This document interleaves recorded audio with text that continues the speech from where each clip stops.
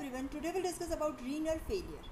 Kidneys, they have considerable functional reserve and therefore impairment of kidney functions, they are not evident until this impairment that is equivalent of more than one kidney. Clinical features of renal failure or renal disorder, that is because of decrease in the glomerular filtration rate. When 50% nephrons are affected, only 20 to 30% GFR decreases, and that is because compensatory mechanism by remaining nephrons. Other complications of renal failure, there is deficiency of activated vitamin D, because vitamin D gets activated in kidney also. Also there is deficiency of erythropoietin. Also there is disturbance in acid-base balance, because kidney plays an important role in the regulation of acid-base balance. Renal failure is of two types. One, that is acute renal failure, and second, that is chronic renal failure. Acute renal failure, the name itself suggests, that is sudden stoppage of renal functions. It is reversible or irreversible.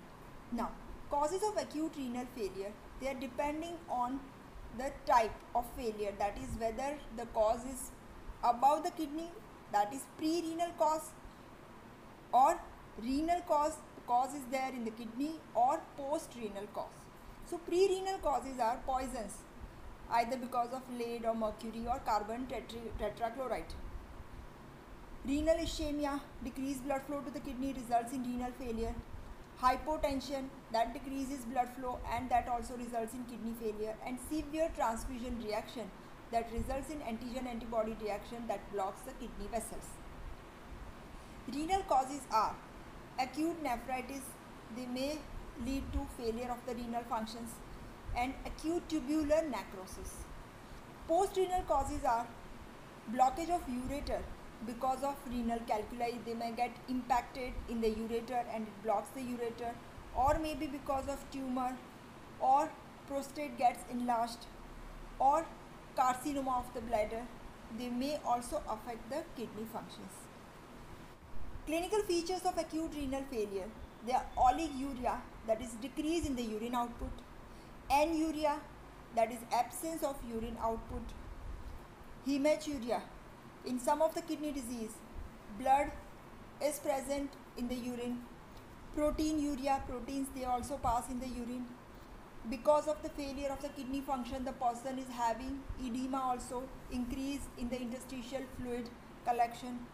There is hypertension, acidosis because of disturbance in acid-base balance, and accumulation of waste products, non-protein nitrogenous waste products, and that results in coma. Chronic renal failure, the name itself suggests, the failure is progressive, it is long-standing, and most of the time it is irreversible. Now, which are the causes of chronic renal failure? That may be because of chronic nephritis. Polycystic kidney disease may also produce chronic renal failure. Renal calculi, that is stone, that is impacted for long period of time, may produce chronic renal failure. Slow poisoning by certain drugs or metal, they may also produce chronic renal failure. Long-standing hypertension and diabetes, that may produce atherosclerosis and renal failure. Tuberculosis may also affect kidney functions, and urethral constriction, if it is chronic, then also it produces chronic renal failure. Now, clinical features. Uremia, that is because of increase in the non-protein nitrogenous waste products, and that is seen when more than 95% nephrons are damaged. Here, because of accumulation of non-protein nitrogenous waste products, following clinical features are there. The person is having anorexia, means lack of appetite. The person is having lethargy, drowsiness, feels sleepy, nausea and vomiting.